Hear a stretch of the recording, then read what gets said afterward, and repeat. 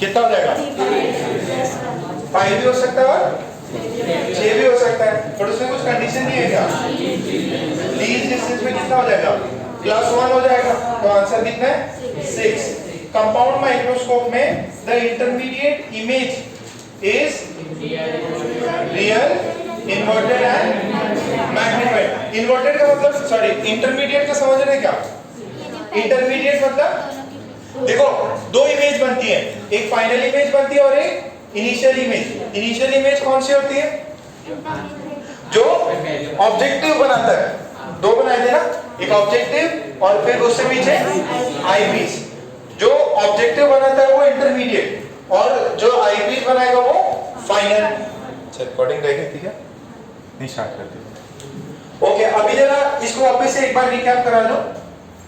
ये ऑब्जेक्ट होता था, हाइट उसका h0, और यहां से ये ऑब्जेक्ट रखा गया है समथिंग u0 पे, और इसका फिर एक इमेज बनता था यहाँ पे, दिस इज I1। अब यहाँ पे ये वाला कितना है? दिस इज V0 है। देखो, ऑब्जेक्टिव से ऑब्जेक्ट डिस्टेंस u0, इमेज का ऑब्जेक्टिव से डिस्टेंस V0।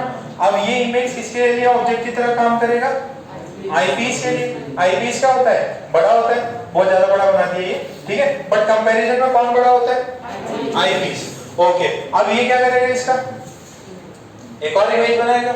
ये कहां पे बनाएगा? यहां पे बनाएगा, ठीक है? अच्छा, ये यहां पे बना। अब ये जो पॉइंट है, ये इसके लिए क्या हो जाएगा? दिस इज यू ई, ठीक है?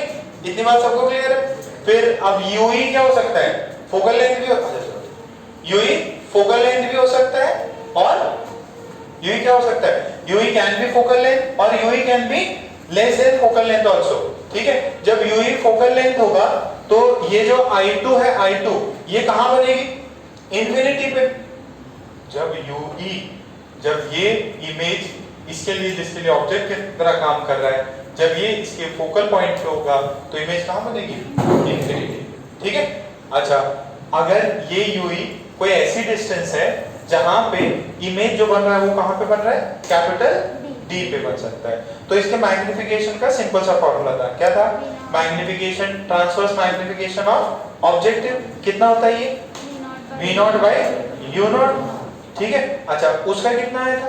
उसका D by UE आया था।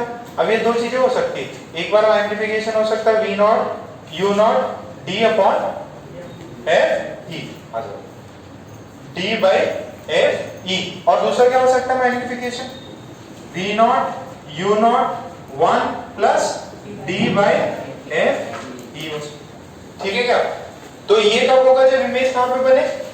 इंफिनिटी। कौन सी? ये इंटरमीडिएट के फाइनल? फाइनल। और ये कब होगा? जब इमेज कहां बने? कैपिटल, जो कैपिटल D है वहां पे। एकदम बहुत सिंपल सा सवाल और आता है इसमें, वो पूछता कि what is the length of this compound microscope? Compound microscope का लेंथ कितना होगा? देखिए क्या है, ये दोनों जो लेंसेज के बीच में डिस्टेंस है ना, वहीं पे देखो, यहाँ पे तो आप अपनी आंख लगाने वाले हो, ठीक है? यहाँ पे इस ऑब्जेक्ट को रखने वाले हो। जैसे माइक्रोस्कोप में अपन बैक्टीरिया ऑब्जर्व करें, तो उस माइक्रोस्कोप की लेंथ कितनी होगी? एकदम सिंपल सी चीज है, क्या है? देखिए, length of microscope, length of compound microscope, compound microscope, कोई बता सकता है what is the distance between the two lenses? V0 plus UE, एकदम सिंपल है, ठीक है? अच्छा, अब UE अपन चेंज कर सकते हैं, UE को जरा से थोड़ा ऊपर नीचे करके अपन इसकी लेंथ चेंज कर सकते हैं, ठीक है? अच्छा, अब UE में जो है वो क्या कर सकते हैं? इसकी मिनिमम वैल्यू कितनी? देखो, UE की max value, length max is V0 plus FE। अच्छा, और मिनिमम लेंथ कितनी हो सकती है? V0 प्लस, ये याद है क्या अपन ने कुछ किया था? DF upon D plus FE, ऐसे कुछ फाइनल आंसर रहता। देखो, ऑब्जेक्ट डिस्टेंस कितना आया था उसमें? जब इमेज कैपिटल D पे बनती है तो ऑब्जेक्ट डिस्टेंस कितना आता है?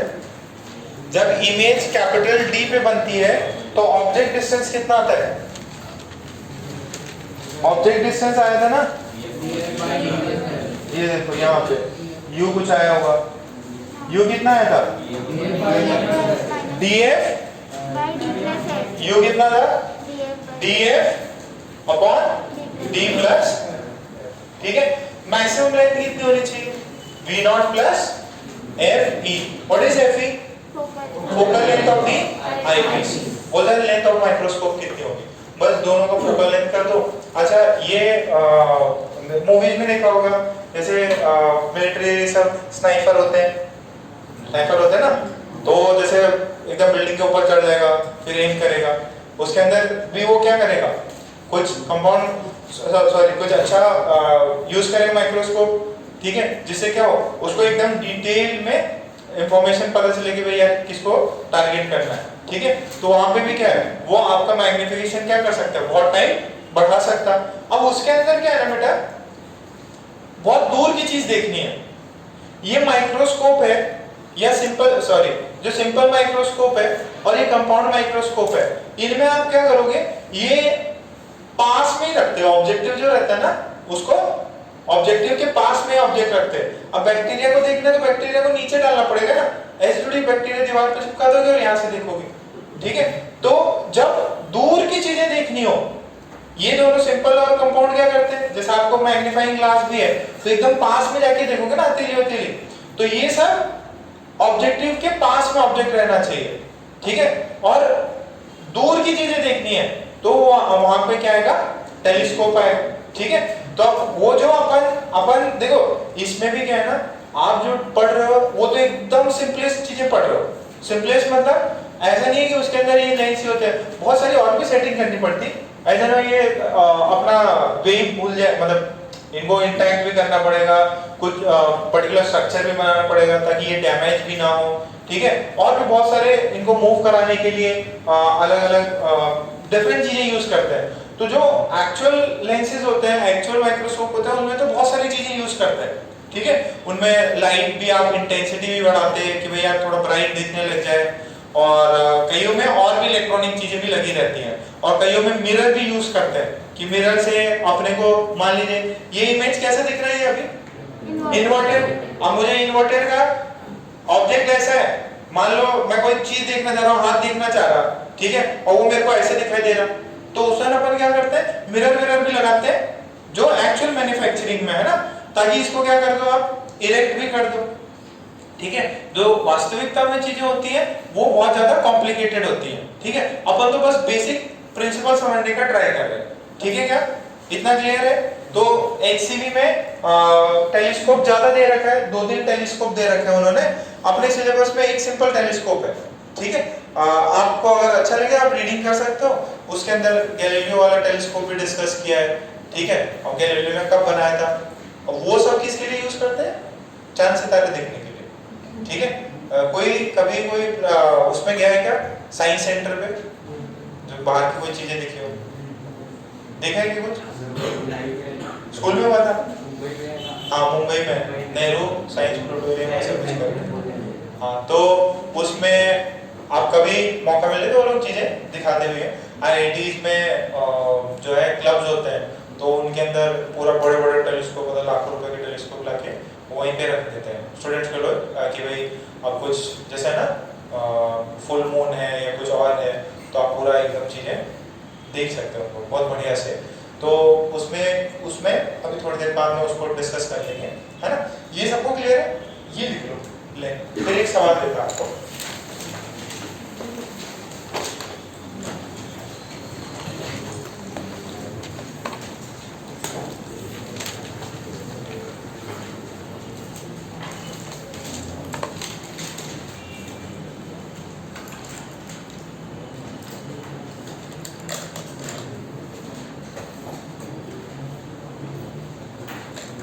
अरे बात नहीं,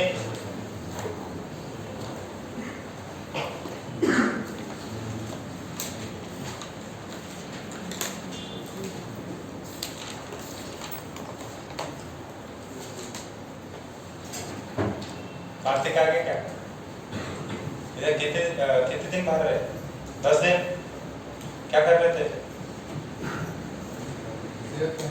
तबीयत खराब थी, कॉल मैसेज तो आया नहीं, क्यों? सब छूट गया ना, ये कुछ भी पल्ले नहीं पड़ रहा होगा। पुरानी क्लासेस का नॉलेज चाहिए बेटा, इसलिए बैठ जाओ। तन में आगे क्या है? अभी तबीयत खराब है, बच्चा च्यवनप्राश खाया करो, च्यवनप्राश आता, आंवले आते, सब स्टार्ट कर दो। हेल्थ के लिए बहुत जरूरी है ये सब।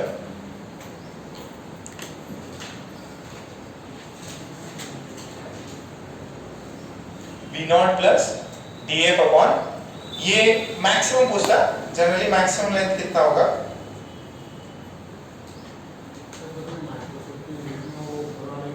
हाँ क्या क्या? हाँ FE बता देना, और जनरल मैक्सिमम कितनी होगी? देखो इससे बड़ी नहीं ले सकते आप, इससे छोटी होगी, इससे भी छोटी आप उसको ऐसे थोड़ा घुमा के ना छोटी कर सकते हैं, ठीक है?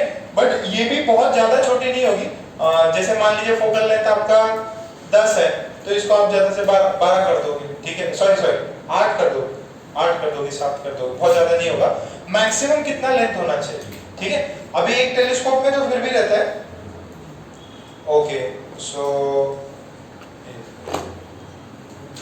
यहां तक छाप लेना सभी ने। अच्छा, होमवर्क कितना लोगों ने कर लिया? अच्छा, खत्म होने वाला है, एक दो और है, वो मैं बता दूंगा बेटा, है ना? ओके, क्वेश्चन लिखो, क्वेश्चन लिखो। A compound microscope has an objective of focal length. A compound microscope has an objective of focal length. Has an objective of focal length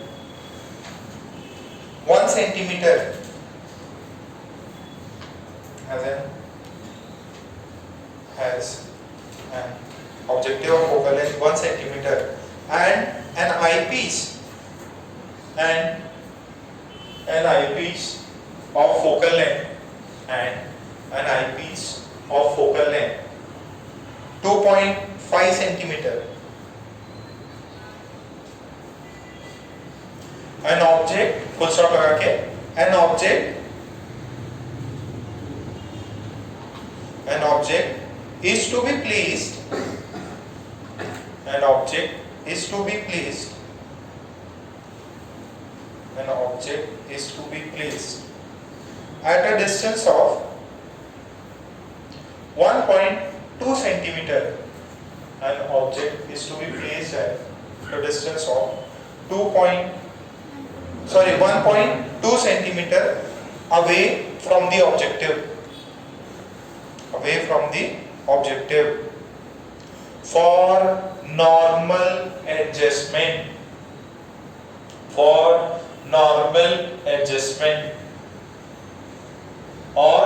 normal viewing,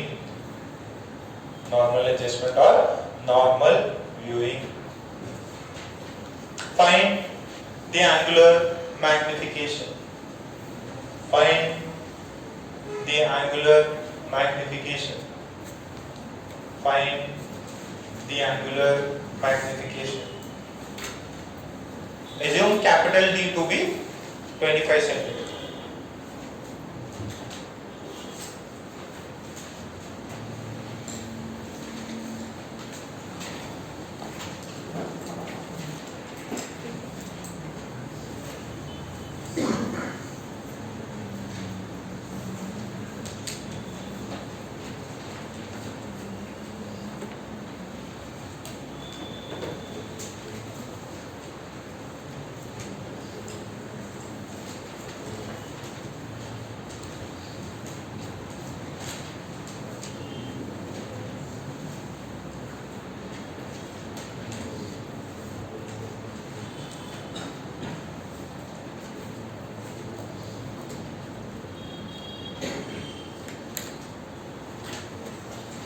आ जाओ, वहाँ बैठ जाओ उसके साथ।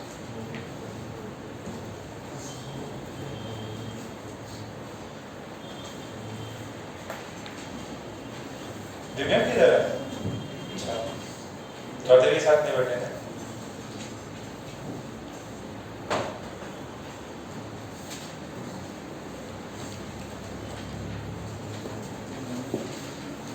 कौन नहीं है? राघव नहीं है और गर्ल्स में कौन नहीं है? गौरी, गौरी तो है। वो भी है क्या? हाँ तभी है।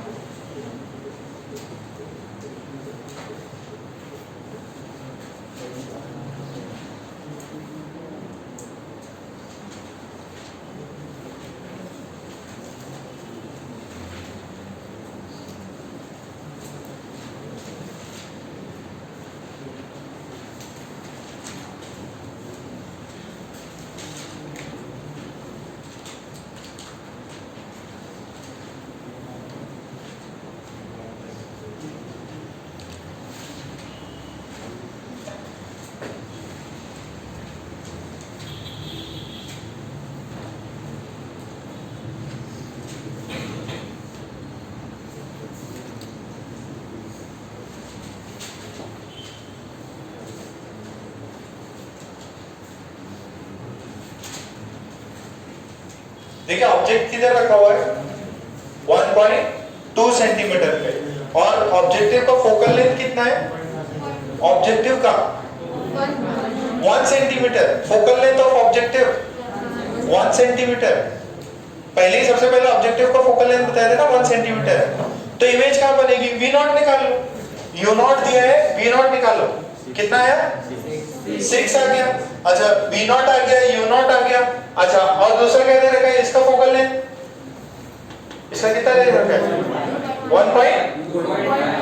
2.5 सेंटीमीटर दे रखा है। तो ये नॉर्मल एडजस्टमेंट का मतलब नॉर्मल व्यूइंग, नॉर्मल व्यूइंग का मतलब इमेज कहां बननी चाहिए? इंफिनिटी पे। इमेज कहां बननी चाहिए?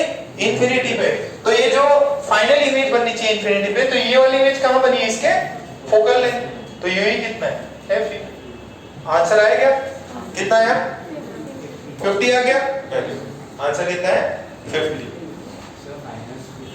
हाँ हाँ माइनस ये उल्टा लिखेंगे, मॉड ले लो, है ना?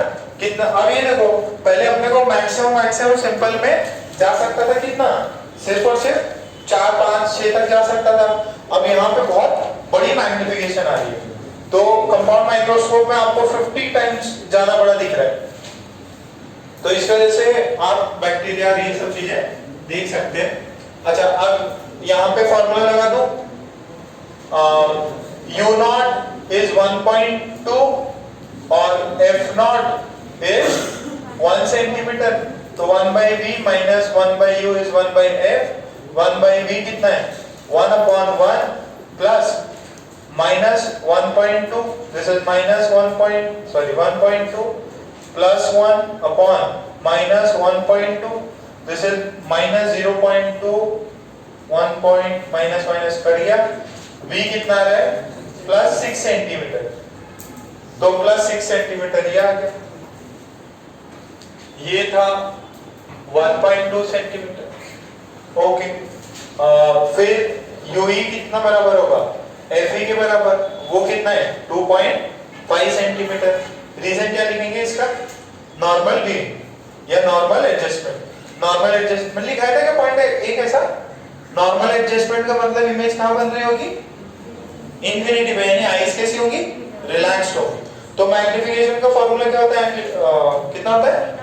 V not by U not into V by D by F। E करेंगे। ओके, V नॉट कितना है? 6, ये कितना है? 1.2, D कितना है? 25, इसका कितना है? 2.5। तो ये इनटू 10 और ये इनटू 5 आ रहा है 50x। कितना आया 50x? अच्छा इसके अंदर मुझे ये बताए what is the length of compound microscope tube. ठीक है, जो भी ट्यूब यूज कर रहे हैं अपन, एंड ऑफ ट्यूब ही रहता है वो, तो उस ट्यूब का लेंथ कितना होगा? कितना हो रहा है? 0.5। ठीक है, वहां से वो 6 और यहाँ से कितना 2.5, तो कितना हो गया 8.5। लिख लो फटाफट कितना का है ये आगे सभी को। बुकलेट है कि मेरे पास?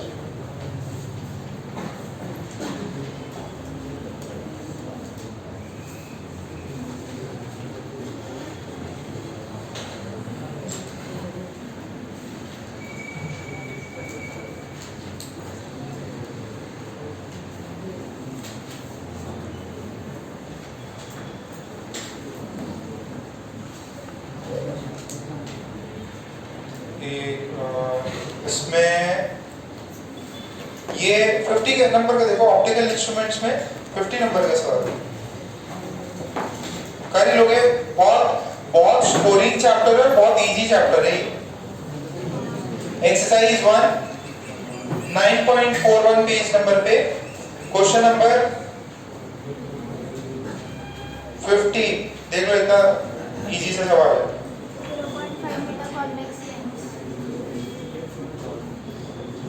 अरे किसी ने प्रोजेक्टर देखा है क्या? स्कूल में देखा होगा ना। अच्छा, प्रोजेक्टर अगर ध्यान से देखा होगा तो प्रोजेक्टर ऊपर लगाते हैं, ठीक है, और जब वो व्हाइट स्क्रीन रहता है उसमें पूरा इमेज आता है, जो भी आपका पीपीटी हो, वीडियो हो, ठीक है, तो वो भी क्या कर रहा है, इनलार्ज कर रहा है चीजों को, ठीक है। सो क्वेश्चन नंबर 45 देखो।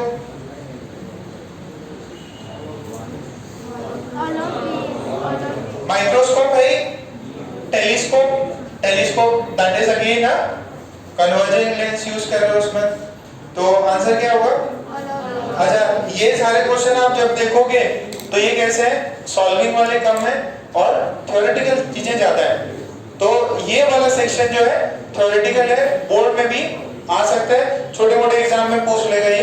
तो इसकी है ना टेक्स्ट बुक से रीडिंग जरूर कर लेना, जो भी आपकी टेक्स्ट बुक लिख लो उसमें जब ऑप्टिकल इंस्ट्रूमेंट्स लिखा हुआ है text book reading is must. इसके लिए टेक्स्ट बुक रीडिंग कर लेना। कुछ भी एक्स्ट्रा पॉइंट दिया हो कि बोल दे कि ये फलाना इंडिया में ये पर्टिकुलर टेलीस्कोप इस जगह पे, तो एक बार ऐसे ही नॉलेज के लिए पढ़ लेना हो, जीके के लिए। ओके, फिर मैग्नीफाइंग पावर, ये हो जाएगा क्या मैग्नीफाइंग पावर? 46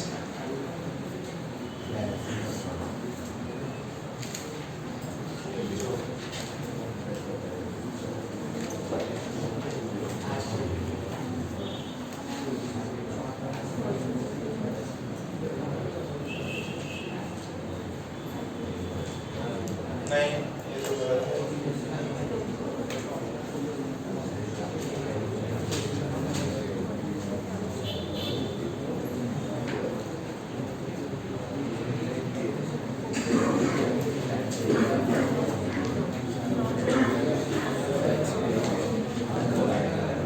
यार उसमें कुछ डिफरेंट दिया हुआ 46 में है ना।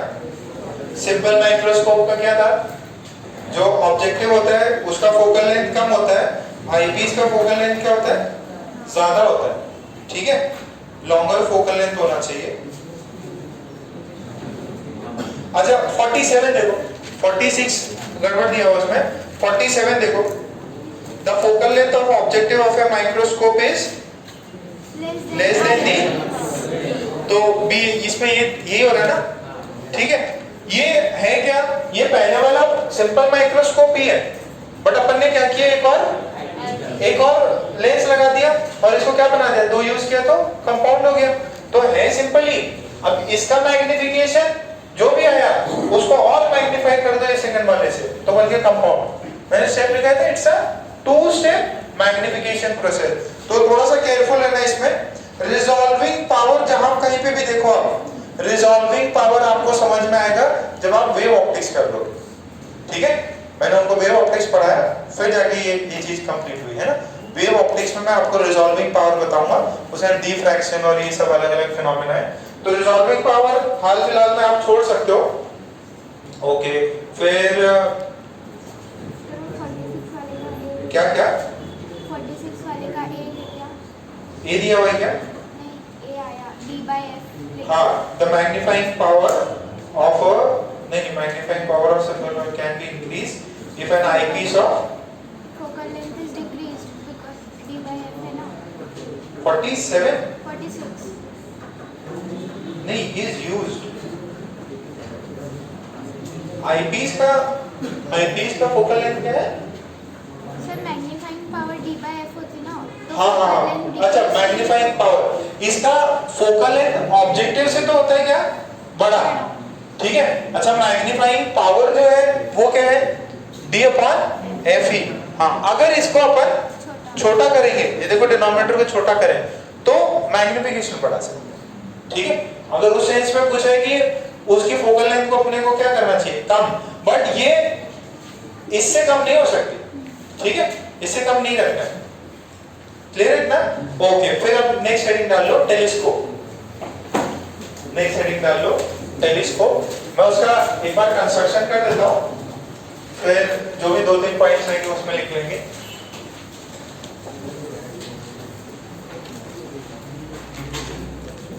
बात नहीं कौन बात कर रहा है?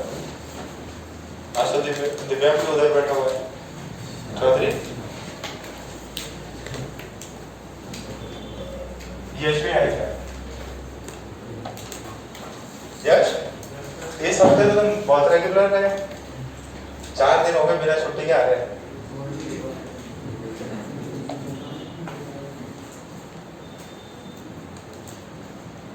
ओके लिखें टेलीस्कोप में लिख लो, टेलीस्कोप में कुछ पॉइंट्स लिख लो।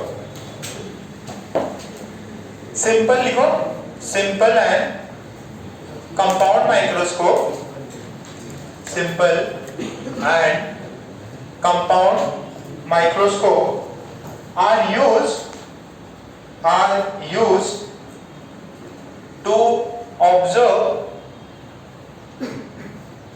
are used to observe small objects, are used to observe small objects, is used to observe small objects, ठीक है। but फर्स्ट लगा के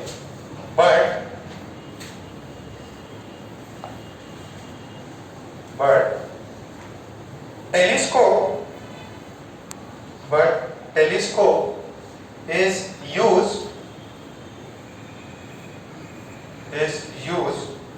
to observe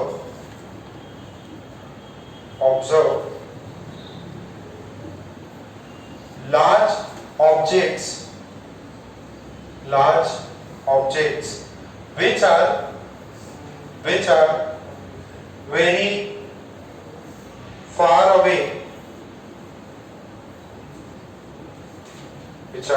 very far away,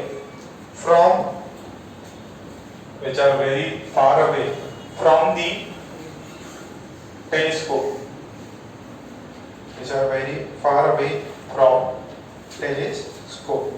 ठीक है।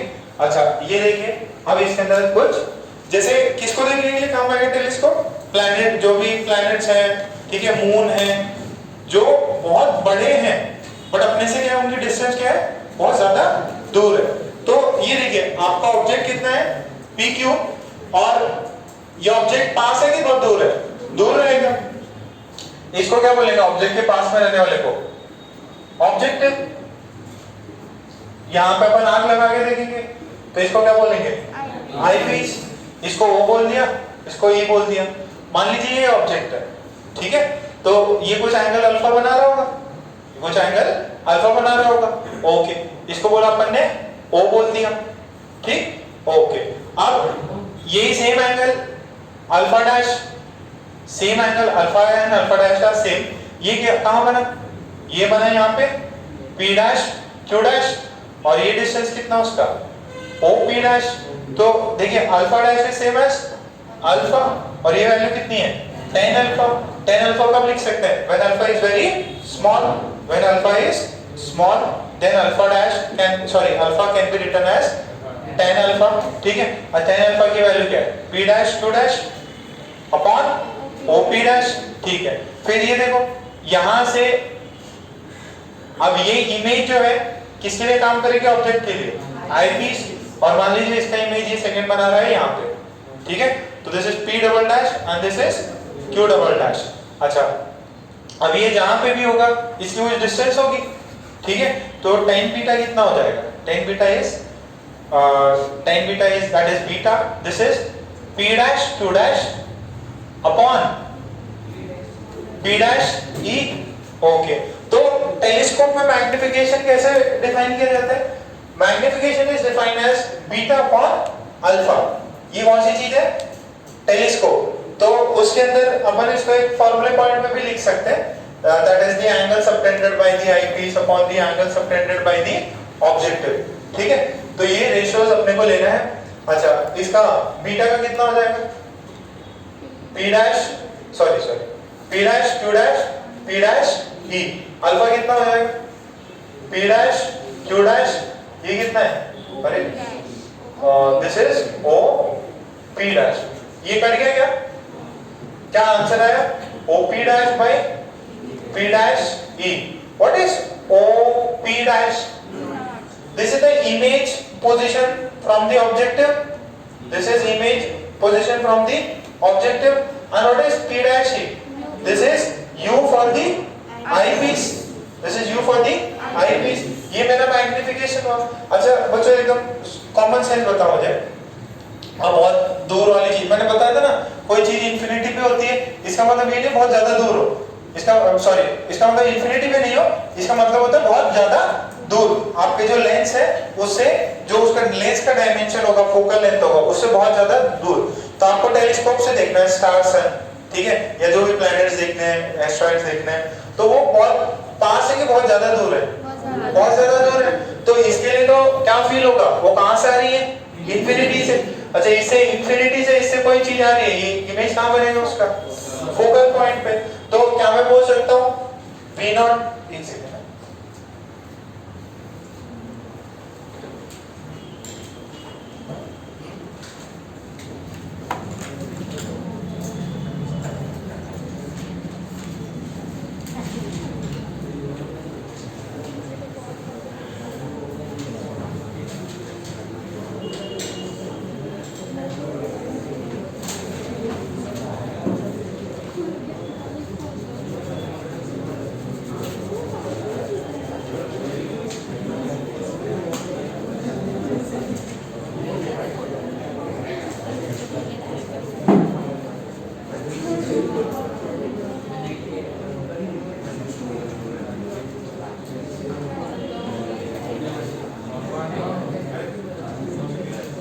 मेडिकल का इसके बाद में लेक्चर रहेगा। मेडिकल को जाना नहीं है, ठीक है। थोड़ा सर की थोड़ी तबीयत खराब हो गई है, तो अभी आपका जो सेकेंड लेक्चर है वो केमिस्ट्री का हो जाएगा। बुक लाए हो क्या? कितने लोग नहीं लाए? अच्छा, रफ कॉपी है ना, जो पास में वो लेके आ सकते हैं। पास में है तुम्हारे घर? कितना दूर है? अमरावती है भैया, ऐसा बात कितने लोग घर पास है? अच्छा ठीक है, आप लोग मंगा लेना, है ना, घर वालों से मंगवा लेना, ठीक है, बाहर कहीं को जाना। तो सेकेंड लेक्चर आपका केमिस्ट्री करा देते हैं, है ना। सर का एक्चुअली गला थोड़ा सा खराब हो रहा है, बोलने में थोड़ी सी दिक्कत आ रही है। रेडॉक्स का होगा, रेडॉक्स की लाए होगा तो ठीक है, लेके आ जाए या मंगवा लेना, ठीक है। रेडॉक्स से मंगवा लेना, कुछ खाना पीना भी मंगवा लेना घर वालों से, है ना, कुछ खाने के लिए भी लेके आ जाओ। कॉल करना, पापा को कॉल कर देना, और वो सबसे बेस्ट रहेगा। कॉल करना है ठीक, कॉल करके आ जाओ। आप लोग भी मैसेज कॉल कर लो 2 मिनट में। शाम को अभी पॉसिबल नहीं रहेगा, कुछ होगा तो बता देंगे आपको। 4 बजे का है ना, तो 1 बजे तक तो रहेगी क्लास, उसके बीच में अगर कुछ ठीक लगा तो आपको इन्फॉर्म करना। पढ़ाना मतलब कौन क्या बोला? पढ़ाना पड़ता है, पढ़ाना पड़ता है। अरे आपका भी वापस आना जाना टाइम लगता है ना उसमें। अच्छा, एक चीज सोच रहे थे अपन कि सुबह पूरे लेक्चर, 3 लेक्चर सुबह लगवा देंगे, बट उसमें क्या होगा, क्लास बहुत जल्दी करनी पड़ जाएगी।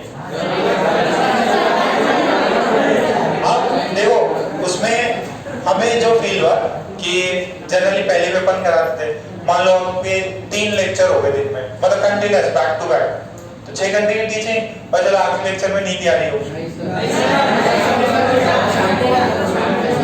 होता है कितने को नींद आती, 6 घंटा बैठ, मतलब ब्रेक मिला के 7 घंटा हो जाएगा, 7 तो आप सुनो, आप मॉर्निंग में या तो अपन 8 बजे स्टार्ट कर देवे, 8 से लेके 3 कितना हो जाएगा, 6 घंटा, 8 में 6 घंटा ऐड करो, 2 बज जाएंगे क्या, और प्लस बीच का ब्रेक 3 बज जाएंगे, तो स्कूल टाइमिंग हो गए है ना। स्कूल कितने बजे होता है आप लोगों का, 7, तो 7 बजे हुआ तो 2 बजे छोड़ देंगे, ठीक है, चलता है क्या। अरे मेरा आज वहाँ सिलेबस कंप्लीट हो रहा, ठीक है, तो आप लोगों को थोड़ी तकलीफ तो होती होगी आना जाना, देखो एक बार अपन सोच विचार कर लेते, ये सेकेंड लेक्चर इवनिंग में, थर्ड लेक्चर इवनिंग में क्यों लगाए, ताकि एटलीस्ट आपका थोड़ा सा माइंड फ्रेश रहे, अब खाना पीना खा के आ गए, थोड़ा सा बेटर रहा, क्या होता है 2 बार आना, कहाँ तो अमरावती रहती है, अरे पास ही तो है, होमवर्क कर लेना होता है ना भाई, 3 घंटे अभी ब्रेक मिलता है 1 से 4, उसमें कुछ होमवर्क एटलीस्ट, हाँ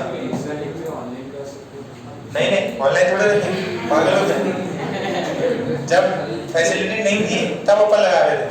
ओन बैच का क्या होता है कि रणजीत सर उस समय थे नहीं, तो उस समय पे अपने पुणे से कुछ जो फैकल्टीज हैं वो ले रही हैं, तो अब तो उनका भी लग ही रहा है फिजिकल क्लास, तो फिजिकल में क्या थोड़ा सा बेटर रहता है, चीजें थोड़ी सी है ना, आपको भी समझ में आती है, दोस्तों से बात करते हैं, ठीक है, थोड़ा सा तो बेटर लगता ही है। अब पता चला एक ही कमरे में बैठे हुए हैं, ठीक है, सो भी रहे हैं, तो थोड़ा सा डिफिकल्ट हो जाएगा, और बीच में ना बच्चे गायब भी हो जाते हैं, अपन वीडियो ऑन करवाते थे, सारे बच्चे मिल जाते थे, है ना, सरदार जी रहते थे, निमाड़े रहता था, वीडियो ऑन कराते हैं ना कभी कभार आपसे, तो उस समय देखना भी बहुत जरूरी है। और 12th वाले देखो मस्त चिल हो गए, हाँ एकदम चिल, क्योंकि उनको पता है कि भाई थोड़ी चीजें डिफिकल्ट है, और देखो बहुत विल पावर बहुत स्ट्रांग होनी चाहिए, कितनी बड़ी अपने अगर एग्जामिनेशन के लिए फाइट कर रहे हैं तो विल पावर बहुत स्ट्रांग रखो अपना, कि तकलीफ आएगी, बहुत सारी चीजें ऐसी होंगी नहीं समझ में आती, अभी नहीं आती, आप 1 महीना 2 महीना दोगे तो चीजें आपको थोड़ी सी क्लियर लगेगी, अरे नहीं यार ये तो इजी है, मोल कॉन्सेप्ट उस समय बहुत हार्ड लग रहा था, बोला नहीं यार मोल कॉन्सेप्ट तो इजी है, ऑप्टिक्स में वो इजी है, ठीक है, काइनेमेटिक्स हो सकता है हार्ड लगा हो, बट बहुत प्रैक्टिस करी होगी, काइनेमेटिक्स 1 तो इजी लगा होगा, क्योंकि काइनेमेटिक्स 2 थोड़ा इजी लगने लगा होगा, प्रैक्टिस करने से, टाइम देने से चीजें आसान लगती है ना।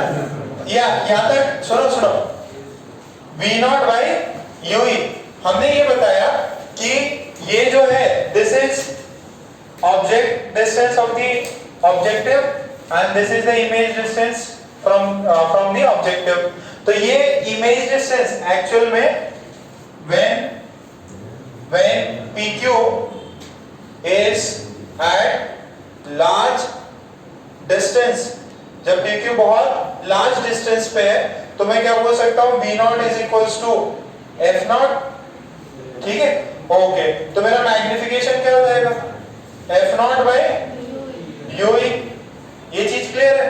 अच्छा अब ये बताओ UE object, sorry UE means eyepiece के लिए ऑब्जेक्ट डिस्टेंस, अब इसको बताया आपको 2 जगह पे रख सकते हैं, इसको कहां पे रख सकते हैं, इसको यहाँ पे, इसको ये P डैश Q डैश को कहां रखें, नॉर्मल व्यूइंग के लिए फोकस पे, तो UE कितना हो जाएगा FE, तो F0 by FE when UE is at the focal point, तो ये कैसे हो जाएगी, दिस इज नॉर्मल एडजस्टमेंट, ये क्या हो जाएगा नॉर्मल एडजस्टमेंट, तो इसके अंदर ये भी अपन कर लिए तो बहुत सफिशिएंट, नॉर्मल एडजस्टमेंट से इसमें अपने को।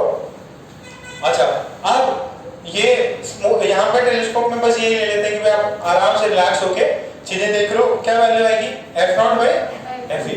अब थोड़ा सा लॉजिकली बताओ किसका फोकल लेंथ ज्यादा होना चाहिए?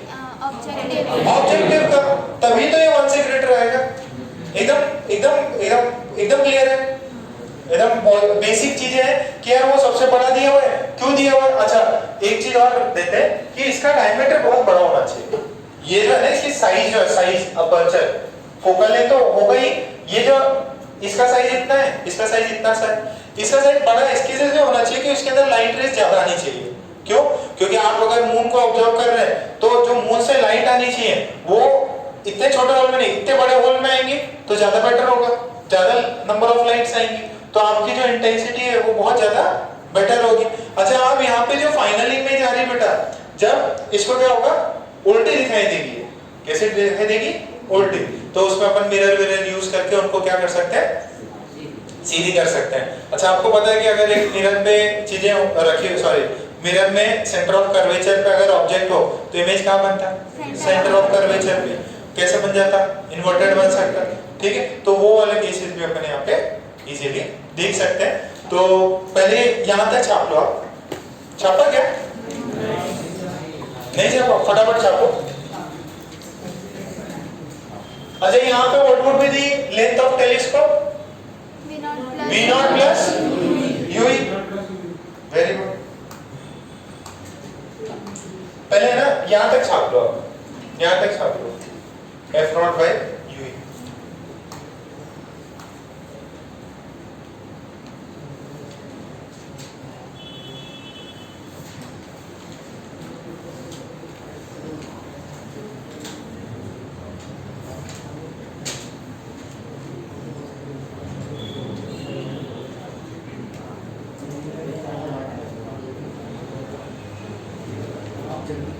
बस बस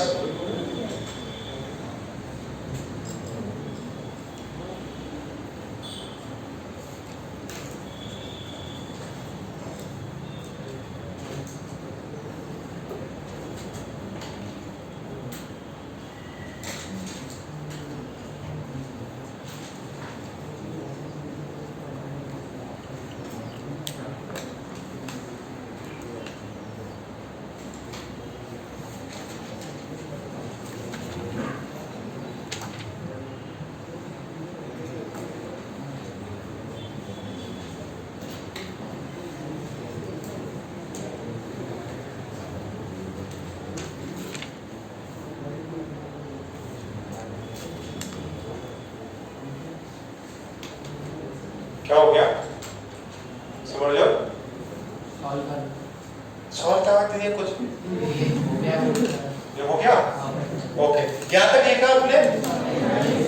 अब 2-3 पॉइंट्स लिख लेते हैं अपन। सिर्फ यहाँ तक छापो, फिर मैं इसको अलग से दिखा दूंगा।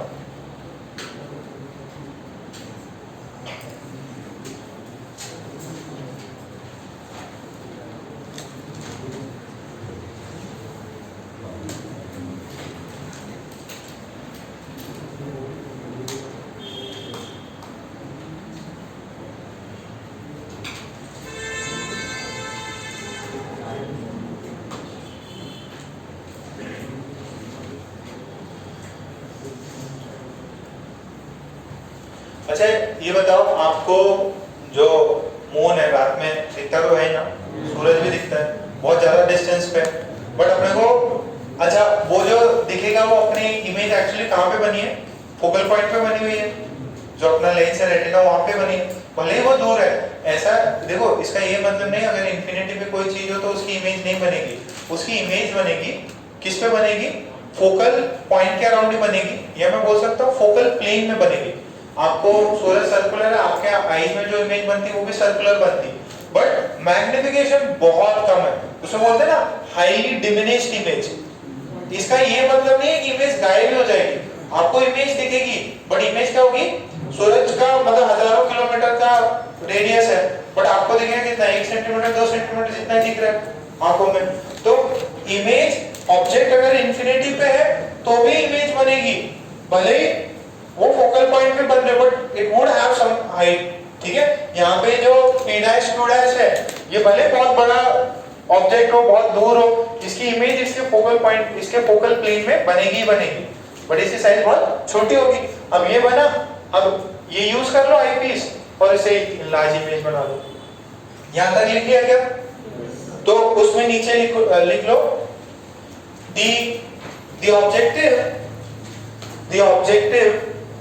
of the telescope, the objective of the telescope will form, the objective of the telescope will form, the objective of the telescope will form the image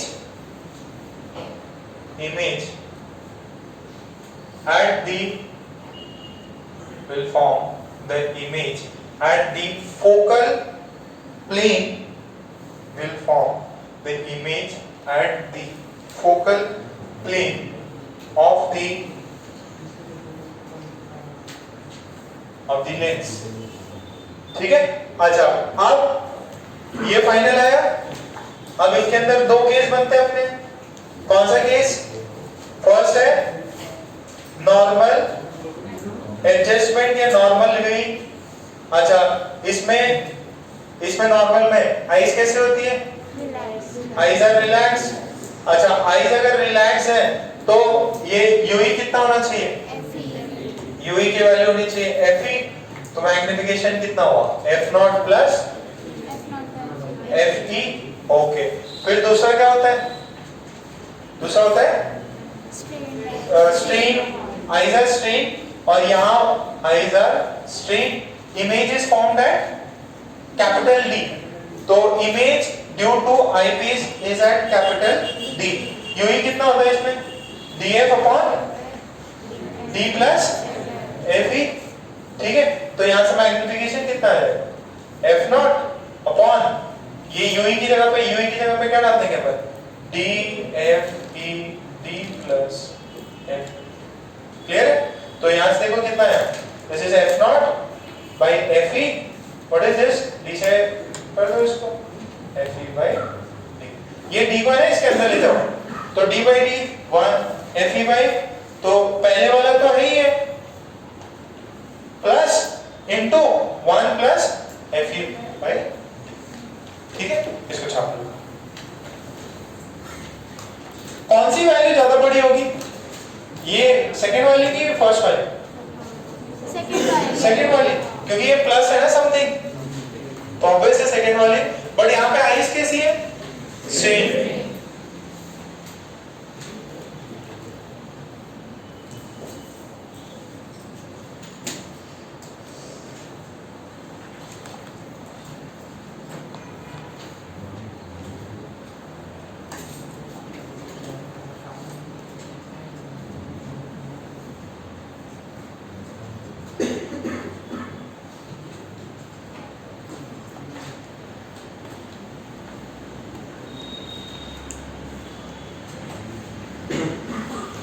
बहुत ज्यादा बात कर रहे हैं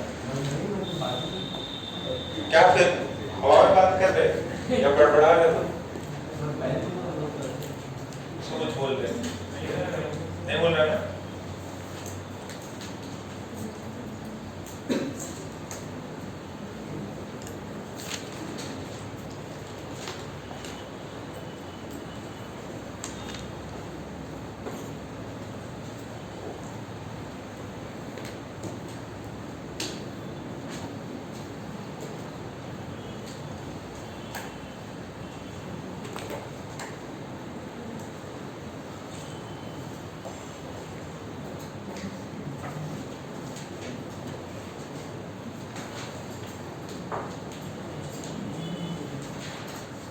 चौधरी बैठते कि नहीं आजकल?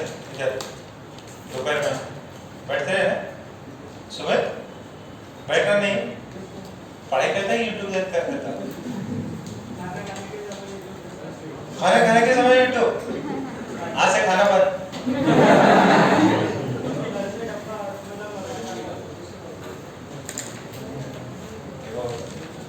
ऐसे दोस्तों से सावधान रहना।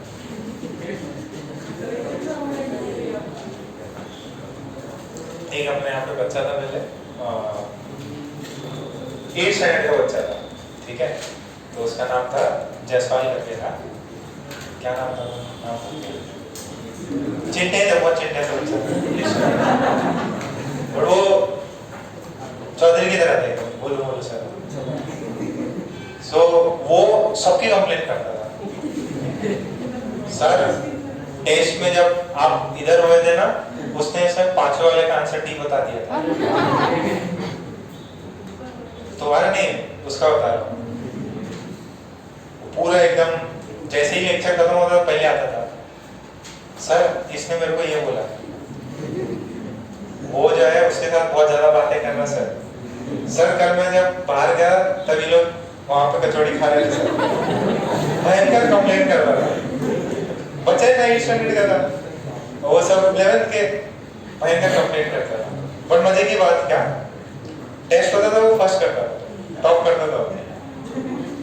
सच्ची बता रहा हूँ, उसने बहुत पहले से पढ़ रखा था थोड़ा बहुत, फिर अपने साथ में जो फर्स्ट बैच हुआ था ना अपना 2019 वाला, तो उसके अंदर वो टॉप करता था।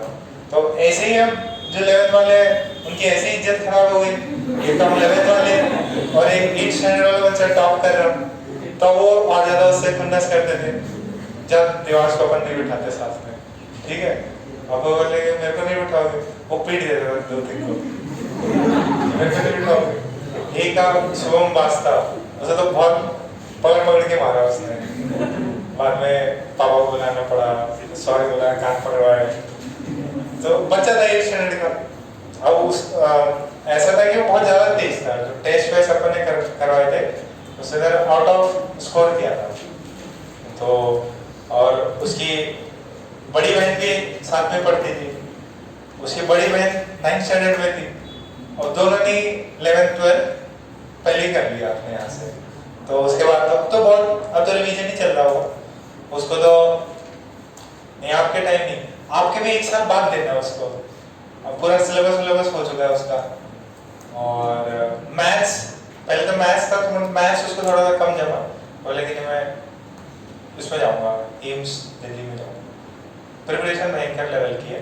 दिवांश जायसवाल करके है, ठीक है, इधर जटारपेट चौक है ना, उसके पापा उस डॉक्टर है, दिवांश जायसवाल, और दूसरी लड़की है सलोनी जायसवाल।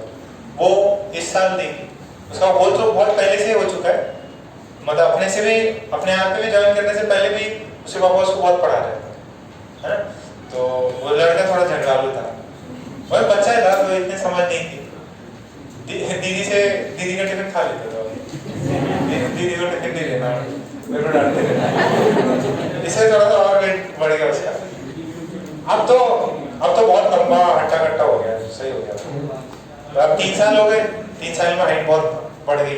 तो पहले लगा कि यार चिंटे रहेगा वो, बट अभी बहुत बढ़िया हाइट हो गई। कभी आया तो मिला दूंगा, है ना। अब तो एकदम बिजी हो गया वो, मॉक टेस्ट ये सब दे रहा है उसको, अभी लाइफ में कुछ करना है नहीं, पढ़ाई सारी हो चुकी है, बस रिवीजन चल रहा है। तो देखो आप कोलकाता में ऐसे बच्चे बैठे हुए, तो मुंबई कोटा में तो कितने सारे बच्चे बैठे हुए, ठीक है। तो थोड़े समझदार हो जाओ, 1 साल 1.5 साल अच्छे से पढ़ाई कर लो, नहीं तो ये कंपटीशन बहुत ज्यादा टफ है, एक्सट्रीमली ज्यादा टफ है। अगर आप देखो, अगर जो भी आकाश इंस्टीट्यूट है या पेस के देख लो, आकाश जाने की जरूरत है, पेस ही देख लो, पेस में भी है ना 8th स्टैंडर्ड से आईआईटी की तैयारी हो जाती है। तो जो 4 ईयर क्लासरूम प्रोग्राम है, 3 ईयर क्लासरूम प्रोग्राम है, उसके बच्चे टॉप रैंक्स में ज्यादा आते हैं। क्यों आते हैं? क्योंकि बहुत पहले कोर्स सिलेबस कंप्लीट हो जाता है बहुत कम उम्र में, और फिर बाद में क्या होता है, मल्टीपल टाइम रिवीजन, या एक और बार कोई चैप्टर वीक रह गया उसी का करते रहते हैं। तो कंपटीशन काफी टफ है, तो जो भी समय मिल रहा है प्लीज उसको यूटिलाइज करो। समझ रहे हो, बहुत ज्यादा टफ है। दिल्ली कोटा में तो मैं उस दिन बता रहा था रिजल्ट के बारे में आपको, तो कोटा में तो एलन वालों ने अलग से एजुकेशनल सिटी कैंपस ही बना रखा है। छोटे छोटे बच्चे, जैसे चाइना कभी आपने अगर कोई वीडियो देखा हो, चाइना छोटे छोटे बच्चों को ओलंपिक के लिए तैयार करता रहता है, उनको दौड़ाएगा, भगाएगा, एक्सरसाइज करवाएगा। अब छोटे से ही आईटी की प्रिपरेशन कराना स्टार्ट कर देते हैं। सर भी लगे हुए हैं, जो छोटे बच्चे हैं, थोड़ा मैथ्स कर लो, ओलंपियाड कर लो, ठीक है। तो पेज में तो बहुत भयंकर था। एक एजीपी सर करके थे अपने, अंशुल गुप्ता करके, तो उनकी बच्ची हार्डली 3-4 साल की है, न्यूटन्स लॉ सब ऑप्टिक्स ऑप्टिक्स सब पढ़ाते हैं उनको। देखिए इसको पक्का एंटी निकालना है। तो पेरेंट्स भी माइंड वैसा होता जा रहा है ना, जिनके पास रिसोर्सेज हैं, जिनको पता है ऐसी चीजें हो रही हैं, तो वो उस कंपटीशन में पहले ही फाइट मार लेते हैं, और इसी वजह से कंपटीशन हो रहा है, टफ होते जा रहा है। तो थोड़ा सा केयरफुल रहो सरदार जी, समझ रहे ना, नहीं तो जगह नहीं मिलेगी, सीट बहुत ज्यादा टफ हो गई है। एक और एक लाइव एग्जांपल जो मेरे को पता है, जिस बच्चे को मैंने पढ़ाया था, पेस में आता था बच्चा, वहां पे ना पोद्दार स्कूल करके, ठीक है, पोद्दार मेन ब्रांच है ना, मेन हेड ऑफिस, वहां का बच्चा था, और वो पोद्दार में 9th स्टैंडर्ड में था। वो पूरे ओलंपियाड इन सबके डाउट्स लेके आता था, एचसीवी के ये सब, तो वो 9th में उसने सब कुछ कर लिया था, 11 12। फिर जब 2 साल 3 साल बाद जब दिया उसने, फाइनली आईआईटी कानपुर गया वो, ठीक है, आईआईटी कानपुर में भी सीए से इलेक्ट्रिकल होगा उसका, और टॉप में ही रैंक आई थी। अब उसने क्या किया, स्टार्टिंग में तो पूरा हम लोग ने पढ़ा दिया उसको, पूरा सब करा दिया, फिर आखिरी में 11 12 में वो एल भाग गया, तो करा दिया था 8 9 में उसका सब कुछ हो गया था, और पूरे क्लासेस में बैठता था, तो बहुत ज्यादा तेज बच्चा था वो। फिर वो चला गया, फिर एलएन चला गया, और उसको कुछ पढ़ना थोड़ी था, उसको प्रैक्टिस टेस्ट ये सब। फिर उसको आईआईटी कानपुर मिला, कोई बार फोटो डालता रहता है, अब तो एकदम बढ़िया स्मार्ट हो गया, पहले एकदम बुकिश जो होता है ना वैसा था, अब तो एकदम बहुत चिल हो गया एकदम, ठीक है। तो ये किया गया आपने, ओके। फिर नेक्स्ट लिखो, length of telescope, length of telescope,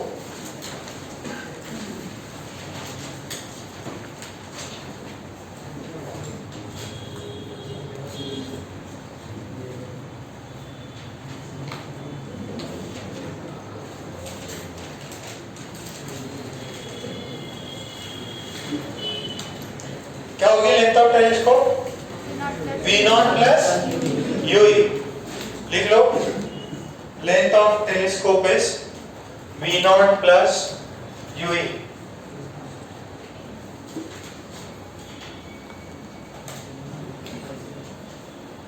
length of telescope is V0 plus UE।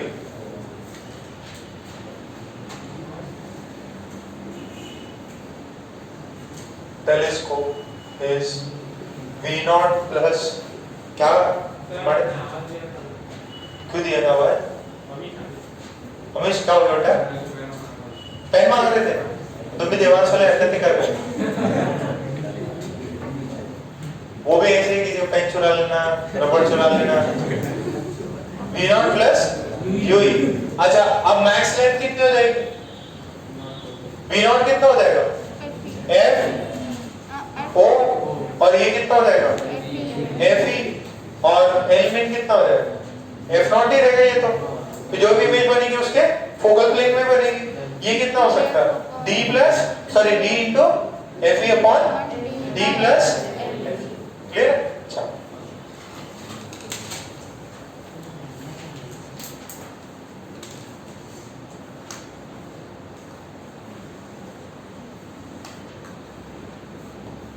चलिए आगे क्या, कब आए? कल ही है, इतना सब छूट गया तुम्हारा। रिकॉर्डिंग हो गया, रिकॉर्डिंग वैसे ही बता रहे थे बंद करने वाला था, 20 तारीख से बंद, 20 तारीख से। और कहीं जाना नहीं तो लोग, आज तो बचा लिया तुमने मेरे को, तुमने बताया था। चलो ठीक है, ये हो गया कि F0 प्लस DFE। चलिए क्वेश्चन लिखेंगे, लिखो, a telescope has focal length of 200 centimeter. A telescope has focal length of 200 centimeter.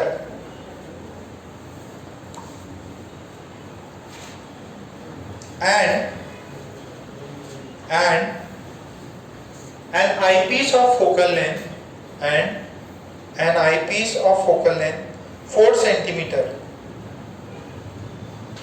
Full stop. A distant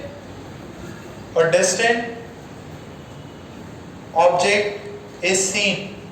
A distant object is seen. Full stop. The final image, a distant object is seen. The final image is at infinity. The final image is at infinity. Then find first the angular magnification, then find the angular magnification. Second, the length of the tube, the length of the tube. If the object is seen in normal adjustment, if the object is seen in normal adjustment. अच्छा, उसने 2 focal length दिया है, एक focal length के लिए तो बोल दिया आई पीस का है, तो दूसरा वाला किसका होना चाहिए? ऑब्जेक्टिव। ऑब्जेक्टिव का कितना हुआ? 200 और आई पीस का 4, टोटल आंसर 50। डिस्टेंट ऑब्जेक्ट का मैग्निफिकेशन 50।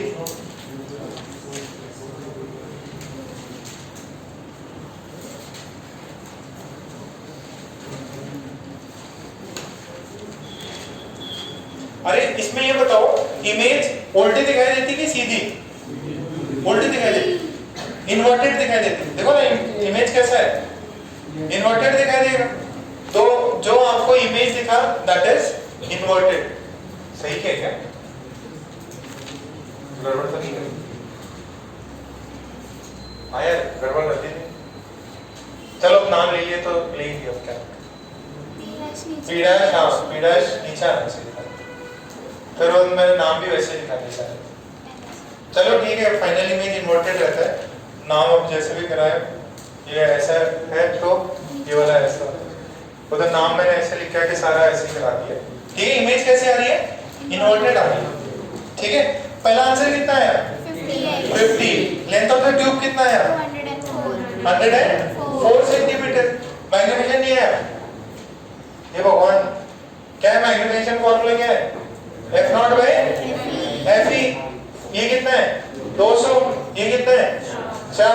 यार इससे आसान और क्या होगा? सबसे आसान सेक्शन है। फिर नेक्स्ट के लेंथ ऑफ ट्यूब कितना है? F0 plus FE। Length max कितना हुआ? ये कितना है? दिस इज 200 और ये कितना है? 4। ये कितना है? 204 सेंटीमीटर। आगे सबको ओके। एक और क्वेश्चन लिख लो, खत्म सब कुछ।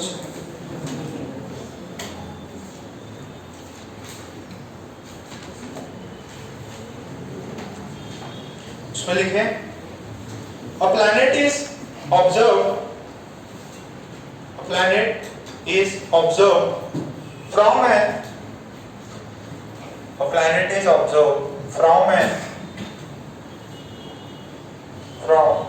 an astronomical telescope. Is observed from an astronomical telescope. अब टेंशन मत लेना, एस्ट्रोनॉमिकल बोल दिया तो सर कौन सा है? टेलीस्कोप तो है। ठीक है, फिर लिखो having an objective of focal length, having an objective of focal length 16 meter, having an objective of 16 meter 1/6 and an eyepiece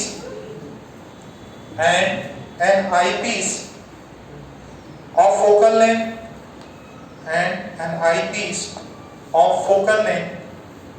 2 centimeter.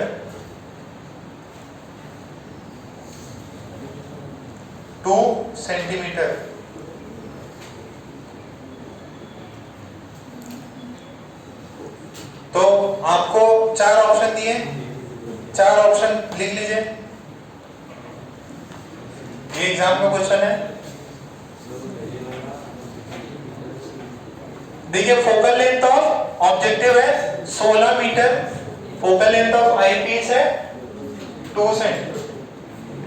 तो चार ऑप्शन दिए, चार ऑप्शन लिखो, कौन कौन से सही है इसमें? फर्स्ट वाला सही है, सेकंड वाला सही है और थर्ड वाला भी सही है। थर्ड वाला भी सही है। पहले क्या है, मैग्निफिकेशन कितना आया? माइनस 400 आ रहा था, सही है, सही है। 400 का सॉरी 800 कैसा है magnification? F not by F E कितना होता है ये? 1600। इसको सेंटीमीटर में कर दो, कितना आया? 800 एक्स आ गया। बट ये मैंने बताया इमेज कैसा होता है ये? इन्वर्टेड। तो मैग्निफिकेशन में माइनस साइन आया तो कोई दिक्कत नहीं है। अच्छा ऑब्जेक्टिव क्या होता है इसमें? क्यों लार्ज होता है? ताकि मोर नंबर ऑफ रेज आ सके, ठीक है। और लेंथ ऑफ द टेलीस्कोप कितना हो? 16 प्लस 0.02 सेंटीमीटर सॉरी मीटर, तो ये मीटर्स में है। चारों ऑप्शन थे मैरिटी का सवाल, ठीक है क्या? तो ये सेक्शन कंप्लीट हो गया अपना dispersion of light. Geometrical instruments निकालो यार।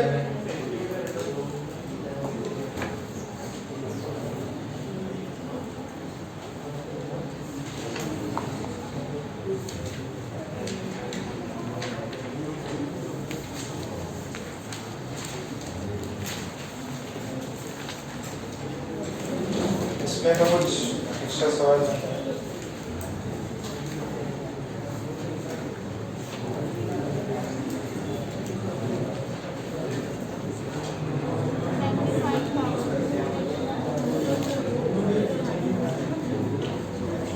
बेटा पेज नंबर 9.35 पे, पेज नंबर 9.35 पे 50 और 51 सवाल देख लो। 50 देखिए यहाँ पे ना उन्होंने मैग्निफिकेशन पे नेगेटिव साइन दिया हुआ है, मैग्निफिकेशन पे नेगेटिव साइन दिया है, तो प्लीज ध्यान रखना वो इन्वर्टेड इमेज ही आता है। कंपाउंड और कंपाउंड माइक्रोस्कोप एस्ट्रोनॉमिकल टेलीस्कोप दिया हुआ है। आपको आरपी रिजॉल्विंग पावर अभी समझ नहीं आएगा, लेटर स्टेज पे आएगा जब वेव ऑप्टिक्स करेंगे।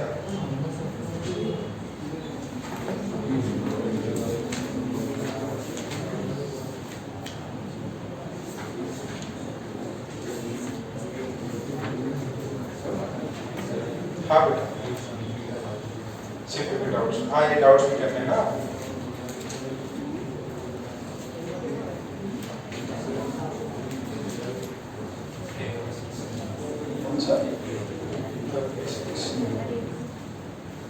एब्रेशन वाले नहीं है। हाँ एक बार वो भी बता दीजिए।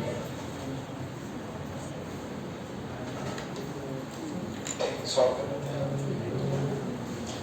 कौन से सेक्शन में वो? इसमें देखा ना? इसमें ही है। इसमें भी क्या दिया होगा उसमें? एब्रेशन। एब्रेशन वाले बहुत क्रोमैटिक और क्रोमैटिक। इसमें मैं क्रोमैटिक एब्रेशन बता देता हूँ। कलर डिफेक्ट ऑफ, हाँ वो भी सर वेवलेंथ पे डिपेंडेंट होता है। इसमें काम किया। अरे किया क्या 50 और 51 बुक में उतारो। 50 और 51 क्वेश्चन नंबर 50 और 51 बुक में उतारे।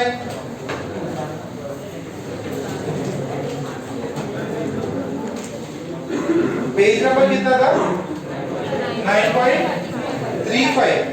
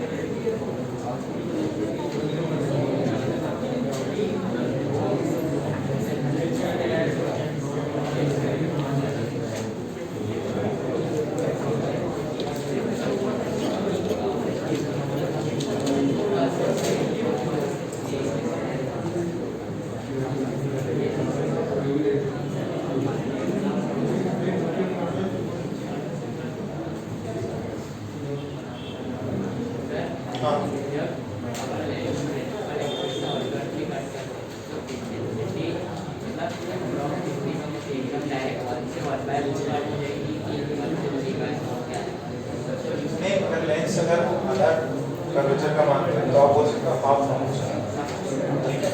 और हाफ से नहीं, इसमें देखो जब आप थोड़ा सा भी इंटेंसिटी का वेव ऑप्टिक्स में पढ़ोगे उसके अंदर इंटेंसिटी 1 और 1 4 हो जाती है, वो सब उसमें पढ़ोगे। अभी थोड़ा वेट करो, इंटेंसिटी का जो सवाल है बस इतना आपको आना चाहिए कि it is less then the actual, ठीक है। अगर कुछ थ्योरेटिकल है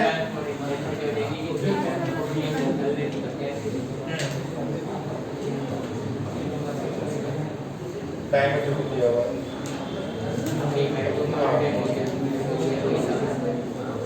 डायमीटर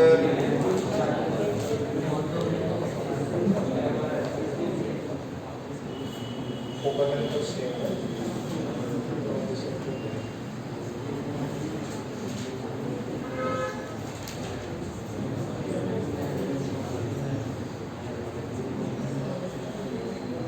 नहीं, ये फिर एरिया की बात कर रहा हूँ।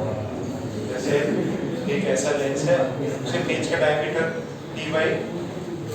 d/2 को ब्लॉक किया ना, तो रिमेनिंग वाला ओपन है, तो एरिया टर्म्स में कर लो पाई r स्क्वायर, a स्क्वायर हो गया और एक कितना d स्क्वायर बाय और 4 हो गया, तो गया कितना 3 d स्क्वायर बाय 4 पाई चला गया, उतना एरिया बचा हुआ।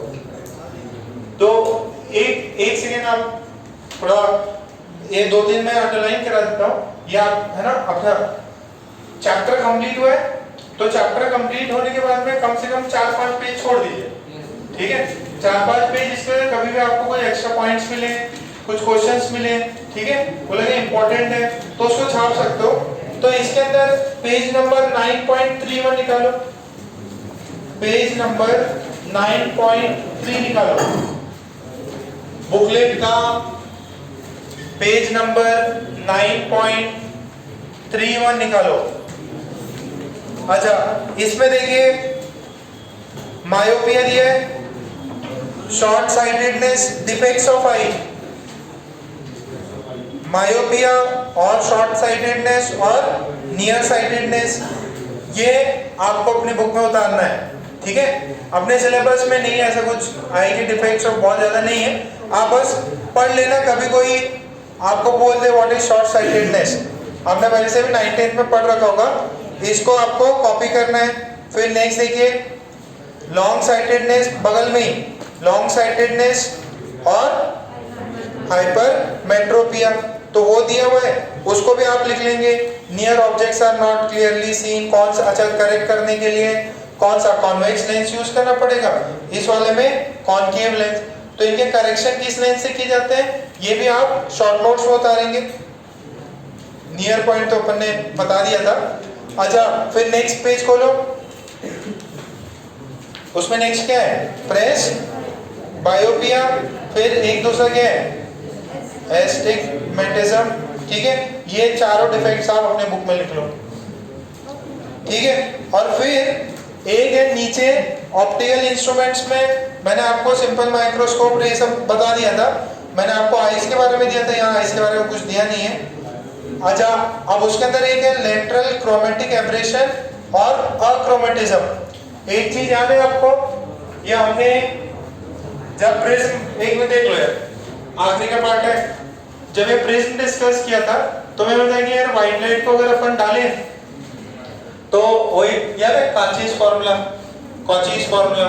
तो कॉचीज फार्मूले में क्या था, रिफ्रैक्टिव इंडेक्स किस पे डिपेंड करता, 1/λ² पे। तो जो लैम्डा है रेड वायलेट सबका अलग होगा, तो उसका म्यू भी सबका अलग हो जाएगा। म्यू अलग हो रहा है तो अपने को ऐसा ये पैटर्न मिलता है, और ऐसे 3 अपन ने बनाए थे। सबसे ज्यादा डिविएशन किसका होता है, वायलेट का, सबसे कम बीच में कौन, तो प्रिज्म से डाला अपन ने, ये रिफ्रैक्टिव इंडेक्स है, और इसका फिर अपन ने जो डिविएशन था वो म्यू -1 इंटू ए किया था, तो सबका अलग अलग डिविएशन आ रहा। अब ये तो ग्लास प्रिज्म है। अच्छा, सेम इन्होंने ये बताया है कि यार अगर कोई आपके पास लेंस हो और उस लेंस पे व्हाइट लाइट आ रहा हो, क्या आ रहा हो, व्हाइट लाइट। तो ऑब्वियस सी बात है, ये मान लीजिए यहां से ऑब्जेक्ट से यहां इमेज बन रहा, तो बेसिकली वो क्या रहा है, ये इसका एक डिविएशन ही तो हो रहा। रेज ऐसे जा रही थी और आपने उनको कहीं पे कन्वर्ज करा दिया, तो अब ये इसका डिविएशन हुआ, इसका कुछ रिफ्लेक्टिव इंडेक्स है। अब अगर ये व्हाइट लाइट है, व्हाइट लाइट है, तो ये जो इमेज बनेगा ये सबके लिए डिफरेंट डिफरेंट आएगा। इसके अंदर रेड, येलो, वायलेट सबका थोड़ा थोड़ा दूर दूर बनेगा ना इमेज। तो अगर आपने कभी देखा हो कि आपको किसी ऑब्जेक्ट को देखो, कुछ कलर ऐसे डिफरेंट नजर आने लग जाते हैं, रेड और ये सब होता है ना, कभी किसी मूवीज में या पुरानी मूवीज में कभी देखा हो, तो वो लोग ऐसे कैमरे को ऐसे फोकस करके दिखाते कि पूरा एक रेनबो टाइप का या इमेज थोड़ी कलरफुल दिखने लग जाती है। तो सेम इमेज जो है आपको रेड, वायलेट ऐसे थोड़ा थोड़ा सेपरेटेड दिखाई देगा। ये क्यों हुआ? क्योंकि वहां से जैसे डिविएशन आया था ग्लास स्लैब से, वैसे लेंस से भी डिविएशन आ सकता है, वो व्हाइट लाइट को अलग अलग पार्ट्स में तोड़ सकता है। तो ये इसको बोलते हैं लेटरल क्रोमैटिक एब्रेशन, ठीक है। एब्रेशन मींस चेंज, ठीक है, और क्रोमैटिक मींस एक पर्टिकुलर वेवलेंथ वाले का चेंज किया, ये लेंस में होता है। अच्छा, इसमें अगर इसको अपने को जीरो नलिफाई करना था तो क्या करते थे अपन, एक और प्रिज्म लगा देते थे। तो इनमें भी जब आप ये चश्मे से देख रहे हो, इसमें ऐसा नहीं होता कि व्हाइट लाइट आ रही है, मेरे को अलग अलग कलर की चीजें दिख रही है। इसके अंदर आप एक्स्ट्रा कुछ कॉम्बिनेशंस करते हो, ताकि एक दूसरा एक और लेंस लगाते हो, ताकि ये जो है ना शार्प इमेज बने। ऐसा ना आपको वायलेट, रेड और येलो, सॉरी येलो और रेड ऐसे डिफरेंट डिफरेंट ना दिखते हुए क्या मिले आपको, एक सेम शार्प इमेज मिले, शार्प सिंगल इमेज बने, वो भी व्हाइट की। तो इसके लिए अपने को क्या करना पड़ेगा, इसके लिए अपने को एक और लेंस लगाना पड़ेगा, ठीक है। और उससे क्या होगा, ये ऑब्जेक्ट है और एक सिंगल इमेज बनेगी, रेड, वायलेट, येलो, इन सबकी सेम इमेज है, ठीक है। तो इसी को निकालने को ही अपन बोलते हैं, क्या बोलते हैं, अक्रोमेटिज्म। क्या बोलते हैं, अक्रोमेटिज्म। जैसे मतलब होता है ना अक्रोमेटिक कॉम्बिनेशन बन रहा प्रिज्म का, सेम ये लेंस में भी होता है। तो जरा एक बार देख लो उन्होंने क्या बनाया। उन्होंने बनाया कि जैसे एक इमेज देखो जरा, 9 ऑप्टिकल इंस्ट्रूमेंट्स में lateral chromatic aberration, lateral chromatic aberration में बोला मैग्निफिकेशन f/u+f होती है। तो उन्होंने बोला कि यार ये जो फोकल लेंथ है, फोकल लेंथ में what do you mean by focal length. देखिए एक सिंपल सा चीज देखो, इधर देखो, व्हाइट लाइट आई, देखिए व्हाइट लाइट आई, पैरेलल व्हाइट लाइट कहाँ मिलती है, फोकस पे। अच्छा, अब इसका डिविएशन कितना हुआ, ये डिविएशन हुआ। अब ये व्हाइट लाइट है, अब सबके लिए अलग अलग डिविएशन होगा ना इसका, तो सबके लिए फोकल लेंथ चेंज होगा। जो मैंने बताया था इमेज पोजीशन चेंज होगी। इमेज पोजीशन क्या को चेंज होगी, अरे बेटा यू आपने सेम रखा बट फोकल लेंथ सबका अलग, इसी की वजह से तो v सबका अलग आया। अगर फोकल लेंथ भी सेम रखते तो क्या हो जाता, v भी सेम आना चाहिए था, बट v सेम क्यों नहीं आया, क्योंकि फोकल लेंथ रेड वायलेट के लिए डिफरेंट है, तो मैग्निफिकेशन डिफरेंट है, मतलब हाइट डिफरेंट है। तो वही उन्होंने दिया हुआ है। देखो AB ऑब्जेक्ट है, अब AB का जो इमेज बना, AB बनना चाहिए लेफ्ट साइड में, राइट साइड में। अब वो देखो AV DV वो बना वायलेट के लिए, फिर AR BR वो बना किसके लिए, रेड के लिए। अब उन्होंने बोला कि यार हाइट डिफरेंस आ गया इमेजेस में, जो मैं बता रहा था पोजीशन डिफरेंस आ गया, तो उसको उन्होंने बोला lateral chromatic aberration. Red violet images में डिफरेंस आया है, तो वही पॉइंट्स है, थ्योरी आपको समझाई दी है, उसी को पॉइंट्स में लिखा हुआ होगा। अच्छा, उसको करेक्ट करने के लिए क्या करते हैं, उसको करेक्ट करने के लिए ω1 f1 plus ω2 f2 this should be 0, ऐसा ही कॉम्बिनेशन देते हैं। तो फर्स्ट आपने कुछ लिखा क्या, वो आईज के डिफेक्ट लिखे क्या, नहीं लिखे ना, तो उसमें पहले एक पॉइंट ये लगा, छोटी सी थ्योरी है, लिखो lateral chromatic aberration, lateral chromatic aberration, lateral chromatic aberration। उसमें पहला पॉइंट लिखो, when white light passes through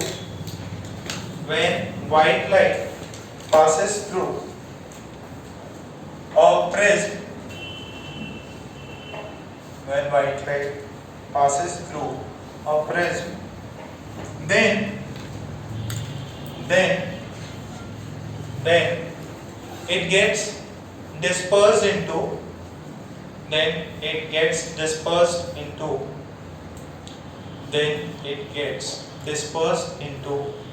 different colors,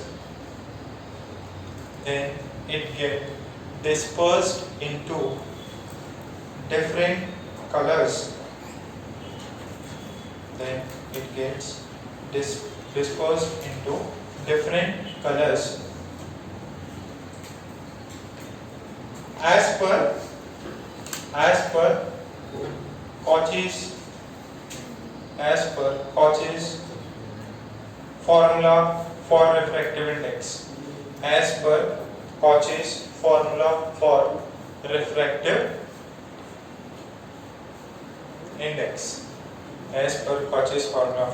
refractive index, अब उसके अंदर ये बना लो, पहले मैंने करा रखा है वैसे, बना लो एक प्रिज्म बनाओ, व्हाइट लाइट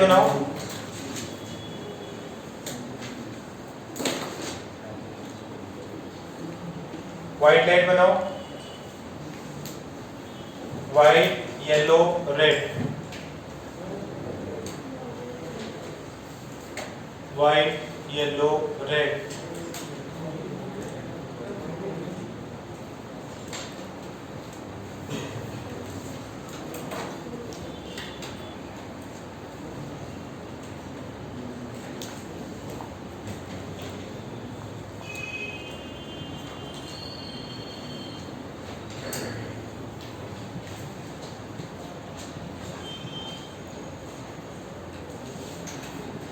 बनाया।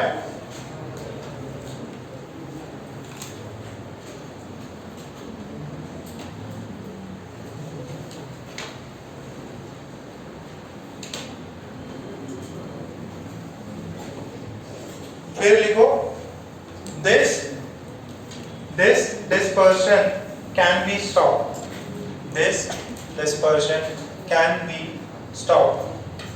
by placing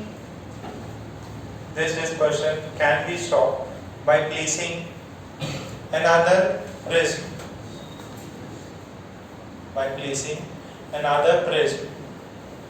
in contact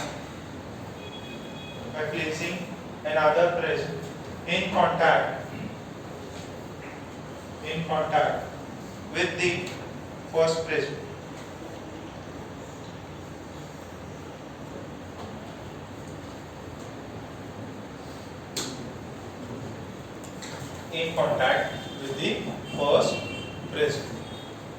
फिर लिखो similarly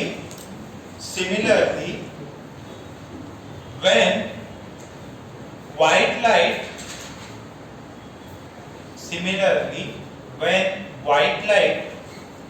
passes through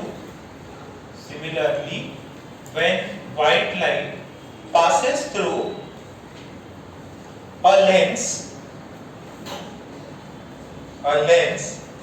then the different colors will have different focal length. The different colors will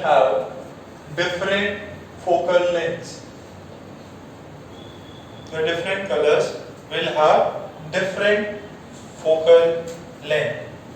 Due to which different color images will be formed. Due to which different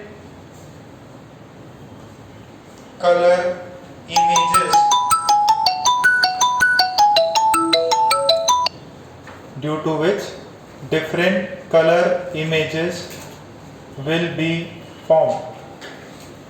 due to which different color images would be formed.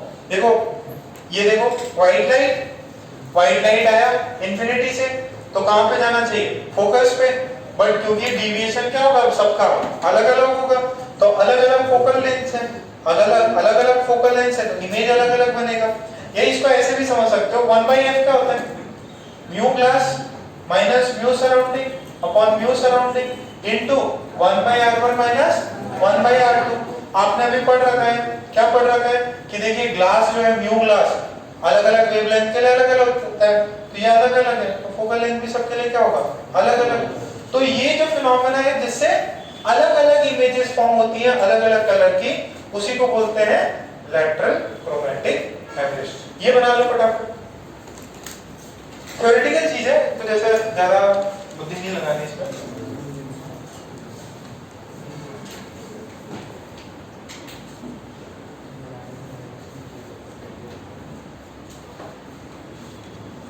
Diagram बनाओ, बोलो अलग अलग जगह पे focal points है, या नीचे वाला पॉइंट लिखो 1/f के टर्म्स में लिखो।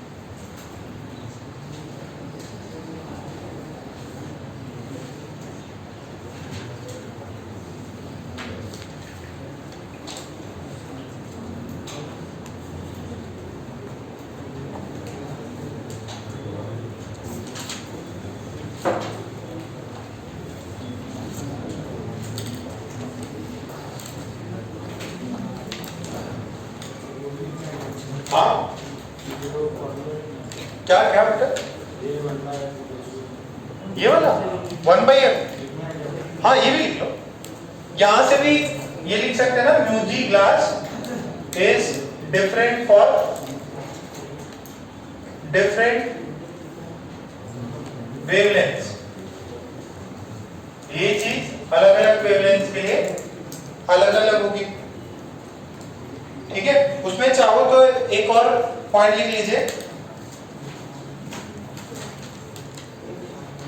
the formation of images of different colors, the formation of images of different colors in different size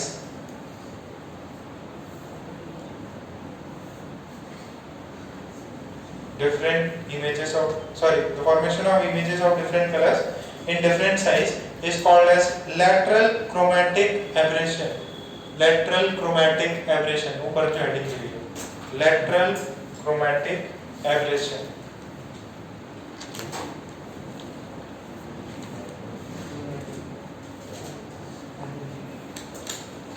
full stop लिख लिया, फिर लिखो नीचे लिखो this defect can be overcome, this defect can be overcome by joining two or more lens together, by joining two or more lens together in such a way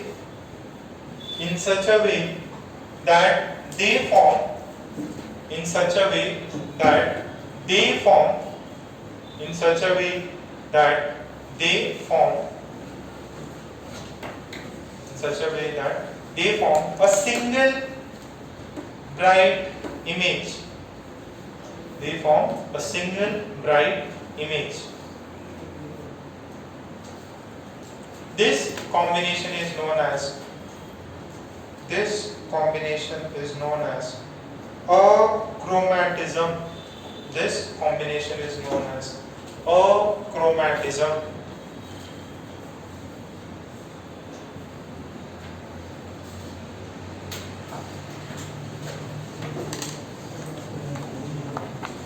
This combination is known as achromatism.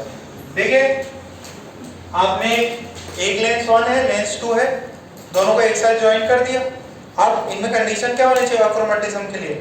Omega 1 upon focal length of yellow plus omega 2 upon focal length of yellow is equals to 0। अच्छा यहाँ omega 1 क्या हुआ? Power, याद है ये power, dispersive power क्या होता था? डिविएशन ऑफ कुछ होता था ना, येलो अपॉन कुछ होता था, सॉरी मीन डिविएशन और कुछ डिस्पर्शन होता था, रेशियो होता था जो भी ए पे डिपेंड नहीं करता था। किस पे डिपेंड करता था वो? Mu violet minus mu y, ऐसे कुछ था ना, देखो जरा, mu v minus mu r upon mu y minus one. ठीक है, तो वही है ओमेगा पावर है, इसको फटाफट छाप लो। कंडीशन ये होती है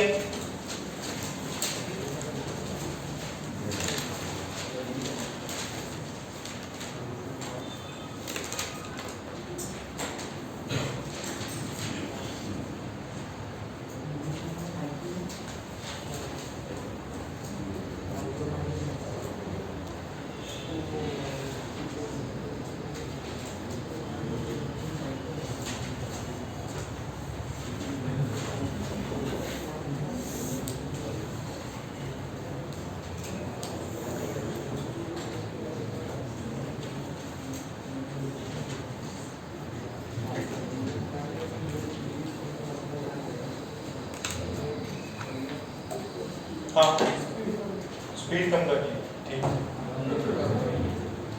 ये कर लो, कर लो। दूसरा वाला यहाँ से बंद करना है, ये वाला मतलब स्वेटर पहन के है, यहाँ तक छाप लिया सबने? ओके, सो ये अपना हो ही गया था। ठीक, तो एक दो कुछ एक्स्ट्रा क्वेश्चंस करवा देते हैं आपको। ये अक्रोमेटिक कॉम्बिनेशन, ठीक है, पहले मैंने प्रिज्म में बताया था, ये लेंस में भी होता है, और बाकी कुछ पेज छोड़ देना, आई के डिफेक्ट्स लिख लेना। नहीं पूछता फिर भी दिया हुआ है तो आप एक बार लिख लेना उनको, 9-10 में पहले से पढ़ा रखा है, अपने सिलेबस में नहीं है पर दे रखा उसमें। ठीक है, बाई चांस कोई क्वेश्चन पूछ ले तो एक सिंपल सा सवाल है,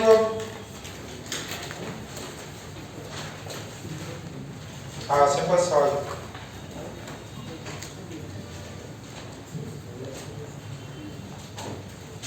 उसमें लिखे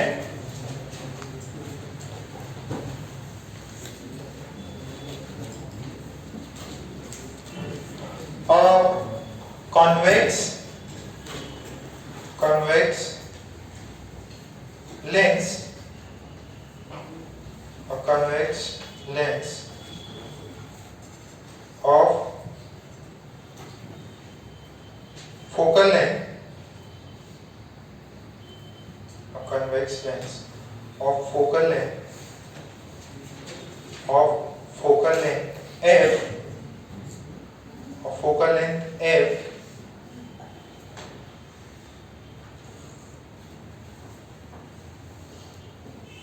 has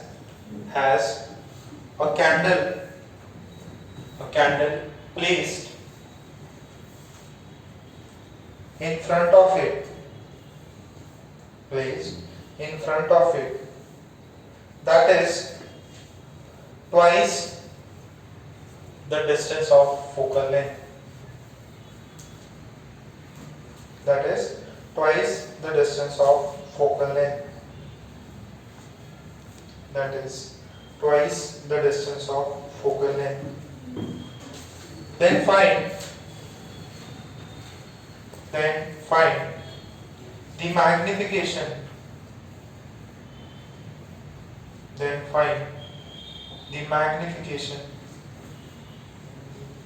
ठीक है, मैग्निफिकेशन -1 कितना है 1/3 1/3 आ रहा क्या?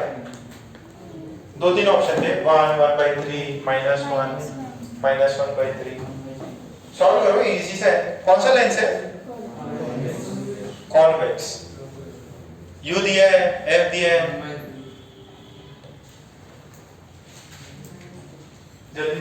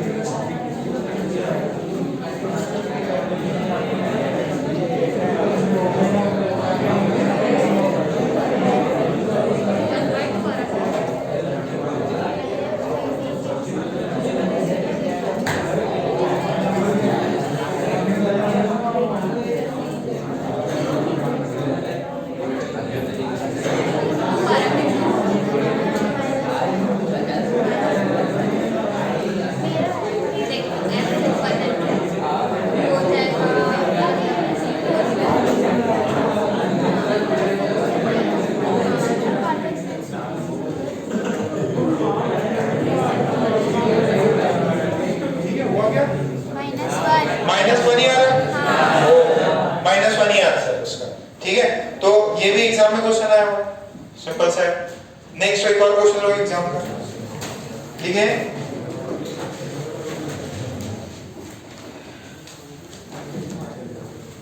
a convex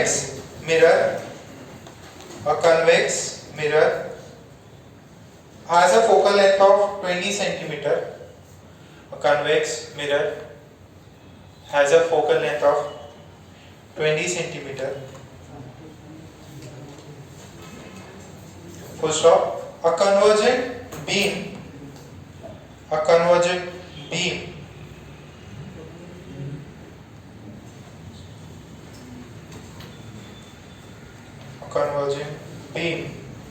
tends to converge a converging beam tends to converge to a point 20 centimeter behind the convex mirror on the principal axis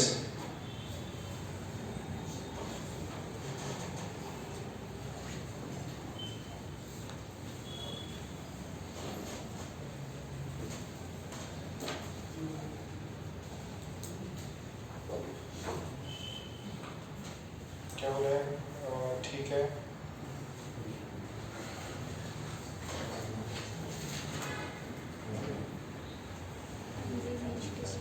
then find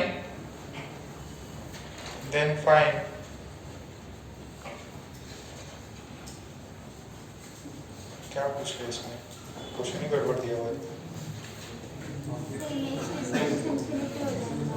then find the image distance पूछा है बहुत ही simple सा होता है।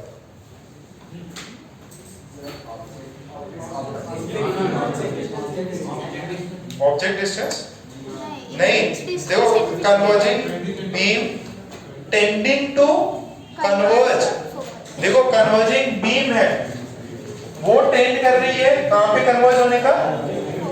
आपसे पूछा image distance कितना होगा इंफिनिटी देखिए एकदम यही सवाल था। मिरर कौन सा है कॉन्वेक्स मिरर है ओके फोकल लेंथ 20। अब बोल रहे हैं कि कुछ कन्वर्जिंग बीम है, ऐसा कन्वर्जिंग बीम है, ये कहां कन्वर्ज होना चाहती है? फोकस इसके 20 सेंटीमीटर, दैट इज इसके फोकल लेंथ पे, इसके फोकल लेंथ पे कन्वर्ट होना चाहती है। तो अब ये क्या होगी, आफ्टर टकराने के बाद में क्या होगी, ये इसकी टेंडेंसी क्या होगी, ऑब्जेक्ट कहां पे है? फोकस ऑब्जेक्ट फोकल लेंथ पे ना। What is object? Point of intersection of incident ray is the object. तो ऑब्जेक्ट कितना हुआ, ऑब्जेक्ट जो हुआ that is plus 20 centimetre, F कितना हुआ प्लस 20 सेंटीमीटर, तो वी कितना होगा, यहां से टकराने के बाद में ऐसा होगा। तो इमेज कहां पे मिलेंगी, ठीक है, ये भी जेई में पूछा है, ठीक है, बहुत ही सिंपल सवाल है। सो डाउट्स रह गए, चैप्टर पूरा कंप्लीट है, जो अगले साल कराते हैं वो भी आपको करा दिया।